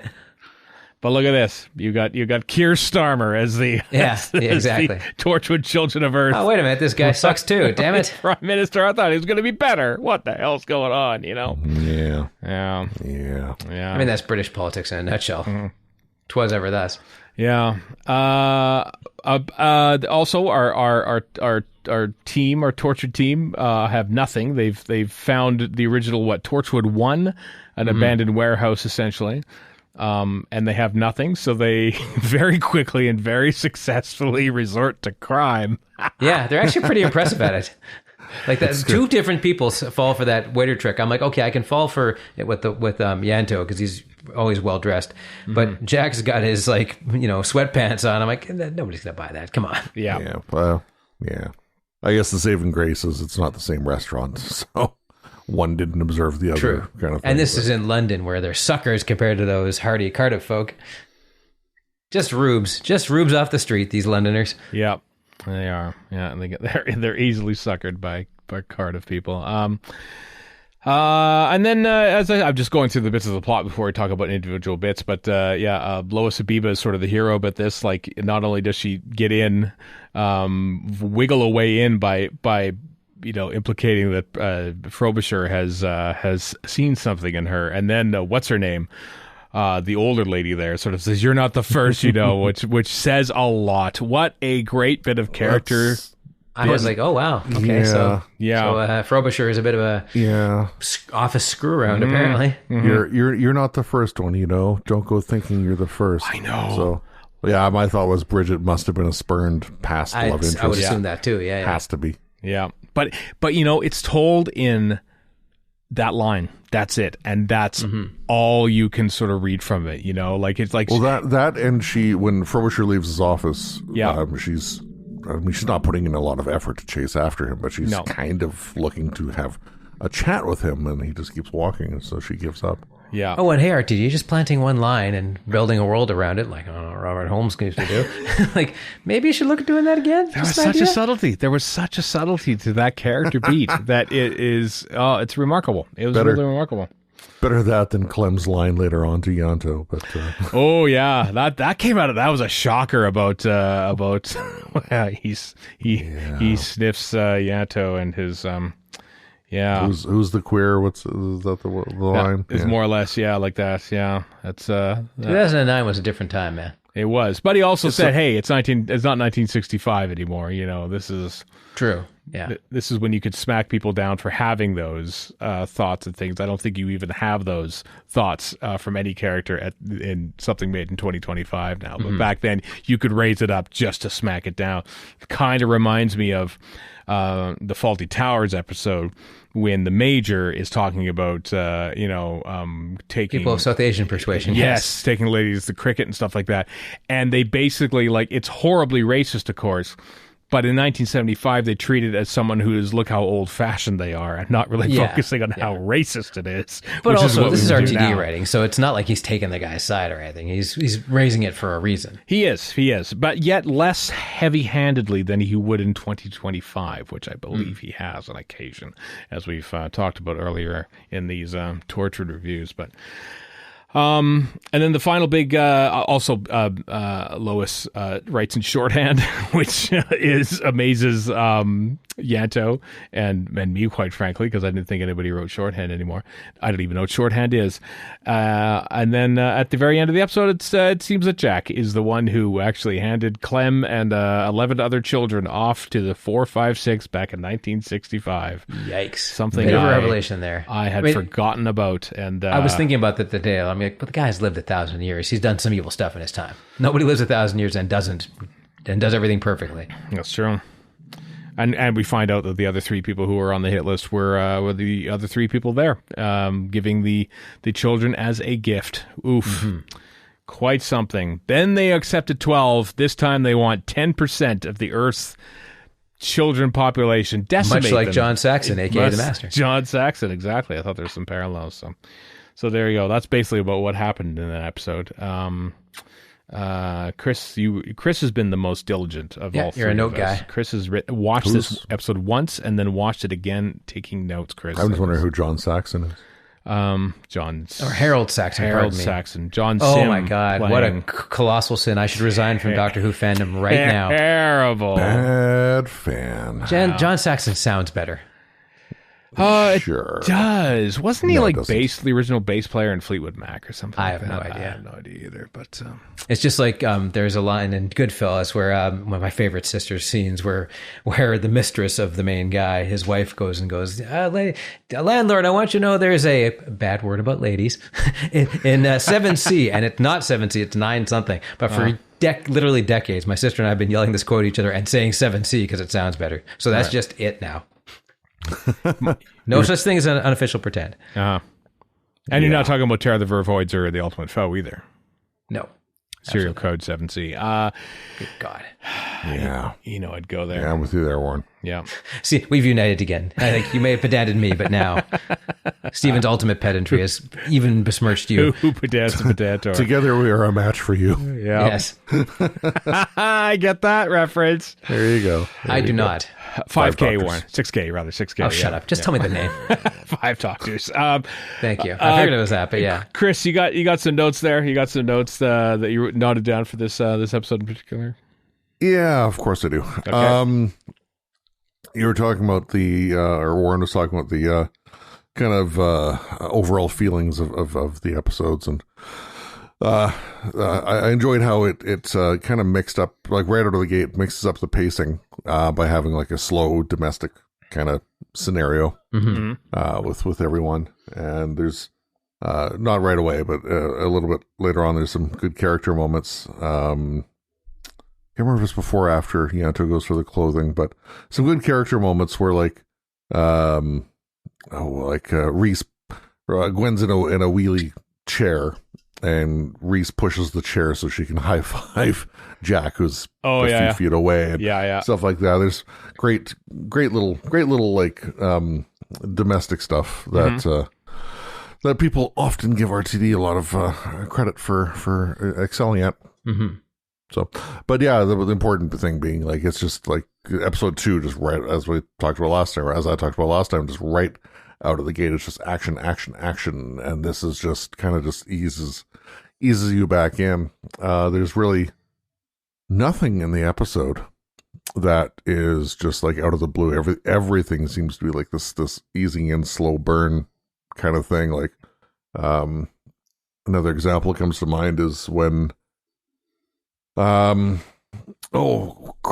why can't I think of her name? Alice. When Alice is at home before they flee, you hear the sound of a dog being killed. And I didn't hear that. I blocked that out of my mind. Oh, okay. Yeah, there's a whimper of a dog. Okay, maybe it's not being killed, but there's a dog that's whimpering. It ran away and was fine. I think you'll find. Yeah, it actually found a steak under a bush. Yeah. Went to live on a farm. It's okay. Yeah. Anyway, there's this dog whimper, and Alice is just into the back garden, and she goes back into the house, and she walks past Stephen, and the camera just stays there, focusing on Stephen as Alice walks away. And I was convinced that's when they were going to have the kids do something, like Stephen would be, standing still or something like that. No, they didn't. It was a few minutes later when they're in the alleyway or the ginnel or whatever you want to call it, after the soldiers have caught them, that's when the kid, like, nothing, everything takes its time in this episode. Yeah. And properly. Like it's not like delaying things. It takes the right amount of time, I'm hoping. And being the middle episode, that's kind of what you need, I think. Or at least it's not a detriment to the story. You're in the Empire Strikes Back position. You got a lot to set up and a lot to get to, but you're in the middle and you got to do something. Yeah. Mm-hmm. Yeah. Beyond that, when Jack is putting the pieces together about 1965 Scotland, there's a pan of the camera, and as it's panning, a slow zoom in on Barrowman's face, and it just I thought that was just really nice shot. Mm-hmm. There's that swooping shot of that Yaroslavl does around Clem's when he's pointing in the street there. I think he uses it a couple times. It's on my list. Yeah, it's on the list. Since we're talking about camera moves, I thought I'd bring it up. Yeah, It's, for sure.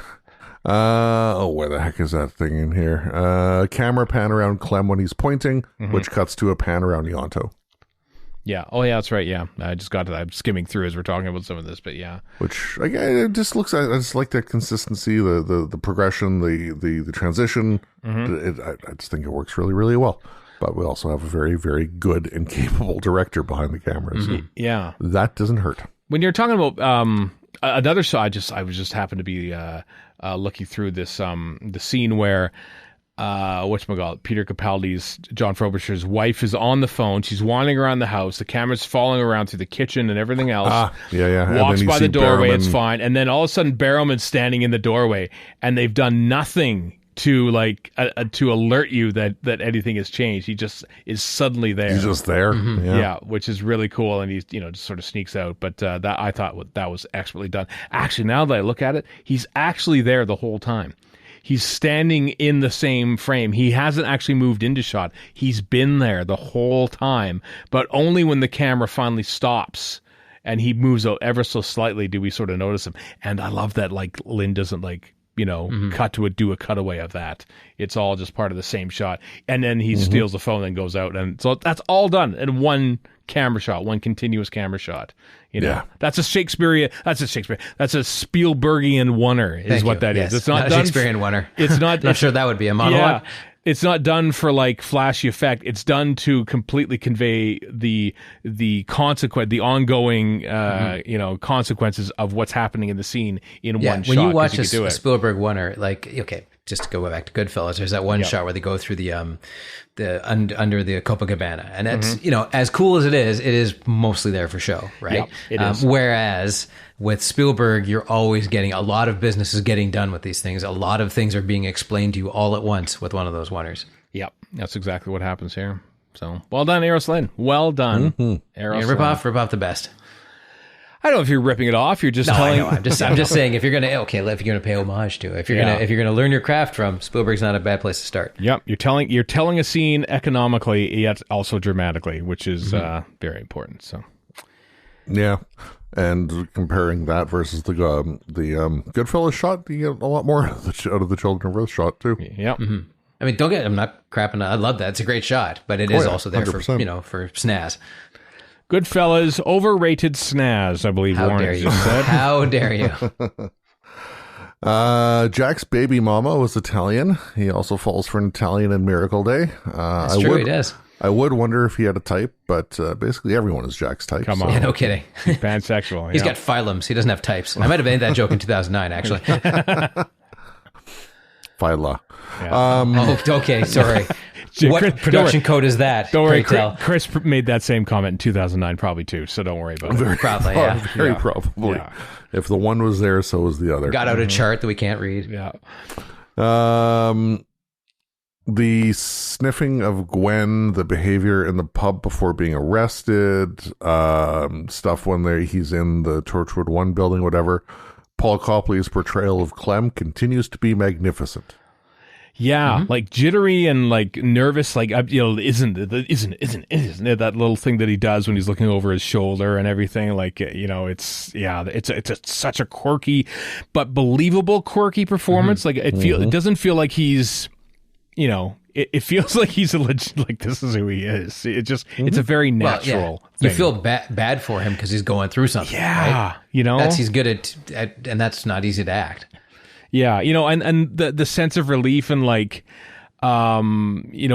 Gwen comes and gets him out of jail and stuff, because he knows that I trusted this person once and I can do it again. It just sort of kind of collapses into her arms a little bit as she comforts him. It's a real nice subtle relationship between the two in this. It's also a great continuation of the character that for him to remember her, he has to sniff. Yes. And that's when he remembers her. Yeah. And then it comes, and it also keeps the sniff thing going, so that when the climactic moment of the episode, it's been established that he sniffs. Yeah, I mean, you keep talking about Peter Capaldi as a tour de force, which he is. I'm never going to argue that, but I don't know if it's Copley or Copley, but He who playeth the Clem. Fantastic. Just amazing. Yeah. So, just note perfect. Really, really good. Really, really good. When Alice and Stephen flee the house, Alice's coat looks a little bit like Jack's. Interesting, isn't it? Very, very, very peacoaty. Quite, and clearly trained at the same, obviously Captain Jack says, okay, well, if you're going to be my daughter, we're going to have to train you in some SAS survival techniques here, But I don't know about that, because she also talks about, before they even leave the house, Alice and Stephen received defensive or paramilitary or some sort of training from her mom. Because she says, remember how Gran told you how to not say a word or be quiet or whatever? Mm-hmm. So it's her mom that I'm assuming gave this training. So just who is this woman? Because we never know. She's dead. So. But I do like that the 456 come in halfway through the episode rather than saving them for an end of episode cliffhanger. Yep. It just I was gonna say it feels a little more natural or whatever. That's not the best way to phrase it. No, but I get what you're saying. It's very fitting. It's less showy. It's very fitting. It's more of a Spielbergian wonder than a Copacabana wander through is what. Yeah. Okay, I've created a monster here, to use a strained narrative and metaphor. Yeah. On top of that, as cliffhangers go, I realize that the 456 showing up as a cliffhanger would probably work. But Clem remembering Jack, that's a way better cliffhanger. Very effective. Yeah, and totally we already know that the 456 is coming. We've heard, they've sort of, well, we haven't heard them, I guess, but they, their arrival would not necessarily be especially when the kids are saying, we are coming tomorrow, we are here. Okay. Yeah. And then finally. Plus, it gives us time to, get to know them, is it right? Because they're mysterious as hell anyway, but to deepen the mystery of them. Yeah, I think it works, honestly. I think that the fact that they land halfway through and then they just seem alien, completely alien as anything as seen in Doctor Who. I just love that we can just sort of see something through the mist and the fog occasionally, but, we don't. I don't think that ever changes, as I recall. I don't know, Warren. I don't remember either. Off the top of my head either, yeah. But I'm hoping that they don't do it. I can't We'll find out. Yeah. On that note, or on the topic I left in, I wrote a note. The realization of the 456 is very creepy. The growling, the clampy, lizardy bits, the spewing of the green liquid, only partially seeing them thanks to the cloud of gas, the enclosure. They're not, they don't answer every question. Like they answer when they choose to answer, things like that. It's again, as I've said for one or two other things in this, less is more. I think something like this is far, far more dramatically effective than if you saw them just, beam in and, oh, there they are. Yep, I agree. Yeah, it's just like, oh, we are here now. Now you will take us to your leader. Why aren't you a piece of foil? Yes, this becomes some guy. Yeah, exactly. Some guy in an outfit. Yeah, the whole time I'm sort of thinking, like, we sort of use this as kind of a way into sort of compare Russell T Davies' writing in this compared to some of his writing in Doctor Who, and perhaps what we can expect from the War Between the Land and the Sea. I don't think this is as much of a criticism about RTD's Doctor Who writing as it is the format of modern Doctor Who, in that I think maybe a lot of episodes often have to have corners cut in the plot in order to fit everything into 45 minutes, that we lose a lot of the build-up, a lot of the tension, a lot of the suspense, a lot of plot details, a lot of like things coming about naturally. I think they often have just like, what if we just wrote this in one or two lines and therefore then we can get on with it? It's basically digging trenches, as Robert Holmes often talked about. Writing dialogue for Doctor Who is digging trenches, like we have to dig it to get to where we need to go.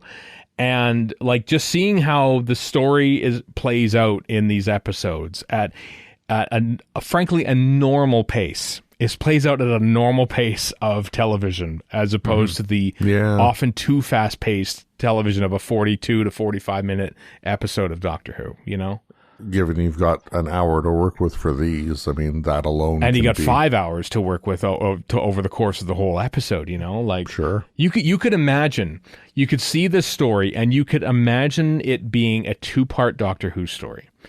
And there would be huge stuff cut out of this. There would be a lot of like, adults oriented stuff sort of cut out of it. Obviously, there'd be so much, but you could probably do it. It wouldn't be anywhere near as satisfying. You could probably trim this down to 90 minutes and it would probably be a story that could be in Doctor Who, but it would be awful. We wouldn't remember. Conversely, Miracle Day, as I recall from almost a decade or more ago, it has the opposite problem. It's 10 episodes. That's way too many episodes for what they're trying to do. It did seem. I think at the time I was thinking they're like they go to Wales for like large chunks of it, and then they go back to LA, and it was a weird hybrid of American and Welsh. Like Wales and LA together at last is not a thing that I was expecting. I got to think is the BBC saying, well, we have to have some set in Britain, and Star's going, well, we have to have some set in America. Yeah. And the execs kind of playing ping pong with how it's all set up. Just to your earlier point there, Stephen, I mean, like Moffat has been on record about, I think it was season 5 specifically, when Matt Smith would deliver his lines so quickly that the properly length script wasn't long enough because of how fast Matt Smith was doing his thing. Yeah. So there was often a lot of extra stuff that had to be added. But they probably, So I was going to say, like it's something like, so there's lots of ways that things like that can happen, and what happened with Smith is very different from how you described this 2-episode Doctor Who comparison thing would be. Yeah, because you'd write that episode, that Matt Smith episode, a 45-minuter, to be 45 minutes. You'd write it. You would include the amount of characters and plot to get you to 45 minutes and no more. Whereas this is, plot enough to stretch over 5 episodes and be told competently. It's. I mean, whether it's like Smith pulling faces or playing with the Sonic or something like that. Like there's stuff that got padded. Yeah, exactly. But there aren't. Oh no, we're 5 minutes short now, thanks to Matt's thing. It's like let's introduce an entirely different subplot or more suspense into it. That never happened because you can't cram in suspense after it. No, it's like cramming suspense in is like trying to build another foundation under a house. I think and you can always tell when somebody tries. It just does not work. Yeah, you're just cutting back to the same shot 3 times. That's not suspenseful at all. You're just repeating shots. That's just Buck Rogers. Yeah, exactly. Battlestar 1978 Battlestar Galactica. How dare you? How dare you tell the truth? Yeah, that's true. One thing. So John Frobisher introduces himself to the 456 as permanent secretary to the Home Office of the United Kingdom and Northern Ireland. Which is wrong. It should be the United Kingdom of Great Britain and Northern Ireland. Yeah, or just Great Britain and Northern Ireland. Yeah. So listen, I checked. Hold tight, shit, just a second. Let me finish the thought here. So I checked because it's on the BBC Writers' Room website. I checked the script, and that is what the script says. Okay, interesting. So it's not. I'm kind of loving Pedantor's return. Yeah, to go with the theme of 2009. It's not Capaldi messing up his line or anything. That is what's in the script. Right. So I'm chalking it up to some sort of like intentional spoken error from Frobisher because he's uneasy, scared, nervous, whatever. I mean, in the presence of the pretty nervous with that thing floating away at me. Yeah, that's what I was getting at. Is that he's so nervous that he forgets the name of his country, basically, or the official name of his country. But he does a whole lot better when he's talking later on about around Iraq and Japan and Canada and whatnot. So at least he gets there kind of in the end. Are those scripts on the BBC Writers' Room? I actually didn't know that. Oh wow! Oh yeah, they are. Okay. My thing with the Republic of Iraq was, I'm like, how official is that really? This is 2008, 2009. Yeah, things aren't going so great in Iraq at that moment. I just like, which leader is in charge really here? Yeah, is Paul Bremer the guy you're referring to? The Prime Minister bargains for Frobisher to speak to the 456. But when he phones Frobisher, he tells Frobisher that the military demanded that Frobisher be the one to talk to the 456. So that just that little devious spin is very, very in line with the slimy Prime Minister. He really sucks. He does. I want to say he's not a good man. No, I want to say I think was Nicholas Farrell in a movie called Bloody Sunday. I'm trying to think if he was or not, and whether he played a sort of a similar character in it. Bloody Sunday, it was a TV-ish film, I think it might hit theaters, about Bloody Sunday in Northern Ireland, 1972. Directed by Paul Greengrass. Oh, yes. And 93 fame. And, co-starred Tim James Piggott Nesbitt and Tim Piggott Smith. Yes, James. And, it's very hard to find nowadays, but oh my God, that's two powerhouses right there. It's a staggeringly good film. It is so devastating to watch and all. And I want to think he was in it, but I can't. I'm doing a quick scroll and I can't quite see it on here. So maybe I'm misremembering. Maybe I am getting him mixed up with Tim Piggott Smith, who doesn't get people mixed up with Tim Piggott Smith. But anyway, that was good. So I'm sorry for derailing you, thinking that this was the thing that it was going to be the thing. But I tell you what I did, though. I tell you what I did find. It was Criminal Justice was the series that aired 5 nights a week in 2008 to some acclaim. So I stumbled on that. He was in that. So there we go. We solved something by that deviation, but I apologize for the interruption. On IMDb for Bloody Sunday, it says one of the you might also like suggestions is United 93. He directed that. Excellent film. And for similar, he is Brigadier Patrick McClellan. Bring it in Bloody Sunday. That is Greengrass. Okay, I actually didn't realize it was Greengrass. I was gonna make a joke about it having Doctor Who actors, but no, never mind. He is but Sledgehammer's in it. Yeah, he is. He David is in Rash. David Rash. David Rash is in it. Yeah. Corey Johnson's in United 93. Yeah. He was. I wasn't wrong. Nicholas Farrell is in Bloody Sunday as a brigadier who's in charge of basically the slaughter. So yeah, he plays disreputable people in charge on at least 2 occasions. So there you go, Nicholas Farrell. Good actor. Anyway, sorry, Chris. I think I derailed you on several occasions there, but nope, it's all good. Okay. Where I got very little left on my notes here. Only on Torchwood would the characters bond over the sex game utilization of the contact lenses.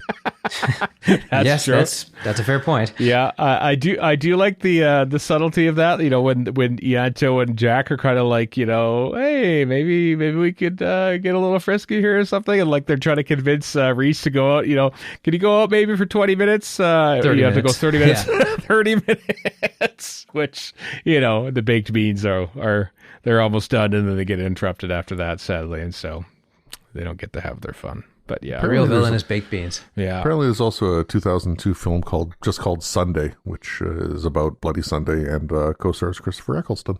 Oh, there you go. I didn't know that. Wow. Here's one for you to find then. Yeah, it is.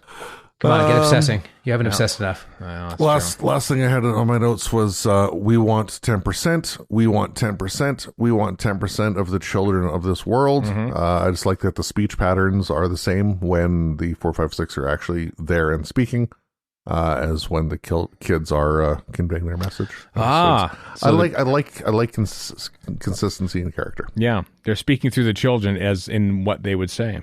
Is basically what they keep repeating themselves. Yeah, good. Another good creepy episode. Yeah, I got to tell you, the one thing that bugs me, and this doesn't change for the other ones, is that you get the old Torchwood end credits, and I'm like, and I so much associate to that with, well, that was all right, I guess, that it just jars me after I've seen a really good episode like this one. You're like, well, what's this doing here? What the hell? This isn't the Torchwood I know, and that's probably good, is what probably Warren is thinking. Yeah. Yep. Yes. Well, we're all in concordance. We like the show again after all this time. So episode 4, the penultimate episode, it will be next in our Torchwood Children of Earth watch along. Hopefully you'll find a way to watch it yourself. Hopefully you've already owned it before this, because of course Torchwood and Modern Doctor Who are nowhere to be found on any streaming services these days. So best of luck. I did not until I bought the Blu-ray for this. So. Yeah, so good. Best of luck. Hopefully everyone in the UK is enjoying it off the iPlayer. Everyone else around the world, hope you found a copy of it somewhere. And get real smug, UK. Yep, very smug, and are enjoying it as much as we are. So yeah, next time, part 4, day 4, should I say, of Torchwood Children of Earth. Join us for that, won't you?